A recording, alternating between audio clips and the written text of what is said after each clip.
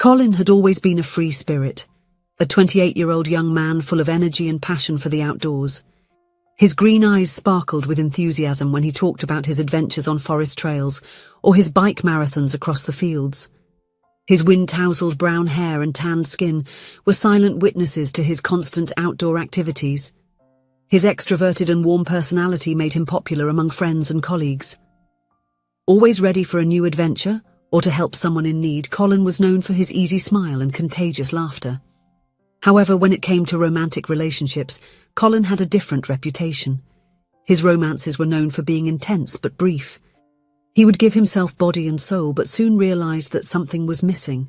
His family joked that they barely had time to learn the names of his girlfriends before the relationship ended. Jane, on the other hand, was the opposite of Colin in many respects. At 26 years old, she was a sophisticated and elegant young woman with perfectly styled blonde hair and piercing blue eyes. Her passion lay in books, cinema, and quiet afternoons in charming restaurants. Jane found peace and satisfaction in urban environments. A perfect day for her consisted of a quiet morning reading a book in a city park, followed by an afternoon exploring art galleries, and ending with a movie in a small, cozy cinema. Her compassionate nature led her to adopt vegetarianism in her teenage years, a decision that reflected her concern for animal welfare and the environment. She preferred the soothing and comforting taste of tea over the strong coffee that many of her colleagues consumed daily.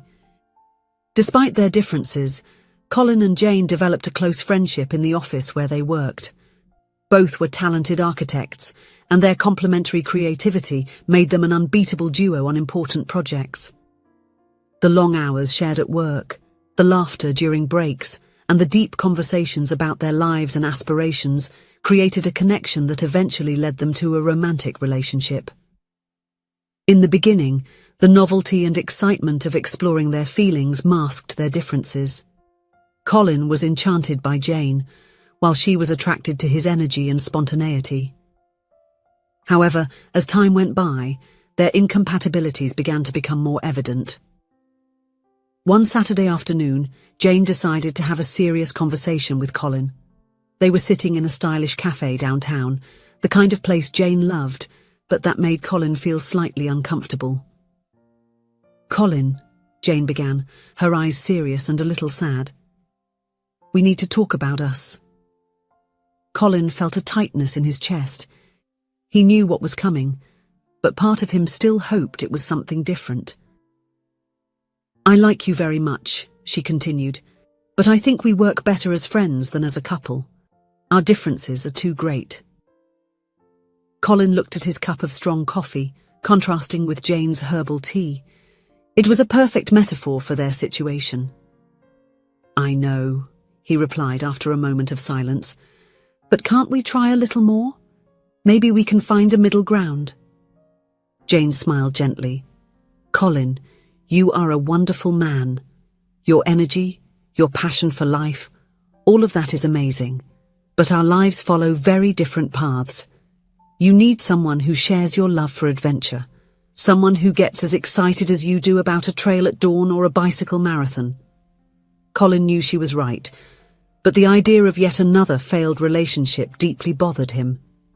He thought about his family, the jokes about his quick romances, and felt a pang of shame. "Jane, please," he pleaded, taking her hand over the table. "Let's give it another chance. I promise I'll try harder. We can find activities that we both enjoy." Jane hesitated, seeing the sincerity in Colin's eyes. Finally, she nodded. "Okay, let's try a little longer, but we need to be honest with each other about how we feel." Relieved, Colin smiled. He knew he needed to do something special to show Jane how much she meant to him. That's how, a few days later, he found himself entering an upscale jewelry store in the city centre. The store was a sophisticated environment, with shiny displays showcasing dazzling jewelry and luxury watches. Colin felt a bit out of place in his jeans and casual t-shirt, especially when he noticed the suited security guards at the entrance. As he browsed the displays, feeling a bit lost among so many options, a familiar voice surprised him. "May I help you, sir?" Colin turned and his heart skipped a beat. There, smiling at him, was Rose. Rose, the girl he had a secret crush on in high school. Rose, with her long curly hair and a smile that seemed to light up the entire store. "Rose?" he asked incredulously. "Is it really you?" Her face lit up with recognition. "Colin! My God, it's been so long. What are you doing here?" They both laughed and exchanged a quick hug, the familiarity of years ago returning instantly. "I'm looking for a gift for my girlfriend," Colin explained, feeling a strange pang as he said those words. Rose smiled, professional yet with a glint of curiosity in her eyes. "Well, you've come to the right place. Do you have something specific in mind?" They spent the next half hour exploring different options. Rose suggested a ring, but Colin laughed, saying it was too early for that. A necklace was the next suggestion, but Colin joked that it seemed like something one would give to their own mother. Finally, Rose proposed an elegant watch. "We can engrave a special message on the back," she suggested. "Something meaningful for both of you." Colin liked the idea of the watch, but when he tried to think of a message to engrave, his mind went blank. Rose encouraged him, suggesting it be something they always said to each other, something romantic and special. No matter how hard he tried, Colin couldn't remember any truly romantic moment with Jane. No special phrases, no inside jokes, nothing that captured the essence of their relationship. It was at that moment that reality hit him like a bolt of lightning. He and Jane truly were just good friends. There was no spark, no deep connection that he always imagined true love should have. The realization left him stunned, and he stood there, looking at the watch in his hands, feeling as if the world had shifted on its axis. Before he could fully process this epiphany, a shrill alarm echoed through the store. The security doors began to close automatically, sealing everyone inside the store. Rose let out an exasperated sigh. "Oh no, not again," she murmured. "What is happening?" Colin asked, alarmed. "The security system must have been triggered by mistake," Rose explained, looking more annoyed than worried. "The same thing happened last week. We were stuck here for over an hour until everything was confirmed as a misunderstanding." Colin looked around, seeing other customers and employees appearing equally resigned to the situation. Some looked irritated, others anxious, but most seemed to accept the inconvenience with surprising calm. "Well," Colin said, trying to keep the mood light, "I guess we have time to catch up, don't we?" Rose smiled, grateful for his positive attitude. "I think so. Let's sit over there in the corner while we wait for things to work out." The two settled into elegant chairs near a display of luxury watches. As they talked, Colin was surprised by how much they had in common. "So do you still run?" Rose asked, her eyes sparkling with interest. Colin nodded enthusiastically. "Whenever I can. In fact, I'm training for a marathon next month." "Really? Me too," Rose exclaimed. "Which route do you usually take?" They plunged into an animated discussion about their favourite running routes, sharing tips and stories from past runs. Colin was impressed to discover that Rose not only ran, but also practiced cycling and trail running, just like he did. "Remember that park near the school?" Rose asked, laughing. "We used to run there in physical education classes. I always hated it, but now I can't imagine my life without running." Colin smiled, reminiscing about those days. "It's funny how things change. I loved those classes, but I would never have imagined it would become such a big passion." As the conversation flowed, Colin found himself more and more enchanted. Rose wasn't just the pretty girl he remembered from high school. She was an intelligent, funny, and lively woman. Their passions aligned in a way he had never experienced before. When the alarm was finally deactivated and the doors opened, Colin was surprised to feel a pang of disappointment. He didn't want that conversation to end. Returning to the counter, Colin completed the purchase of the watch, but chose not to have it engraved. As Rose wrapped the present, he couldn't help but notice how her fingers were nimble and graceful, how her eyes sparkled when she smiled. Leaving the store, Colin felt confused and a bit guilty. The gift that was supposed to solidify his relationship with Jane ended up revealing how incompatible they were as a couple. And at the same time, his reunion with Rose stirred feelings he didn't expect. In the days that followed, Colin couldn't get Rose out of his mind.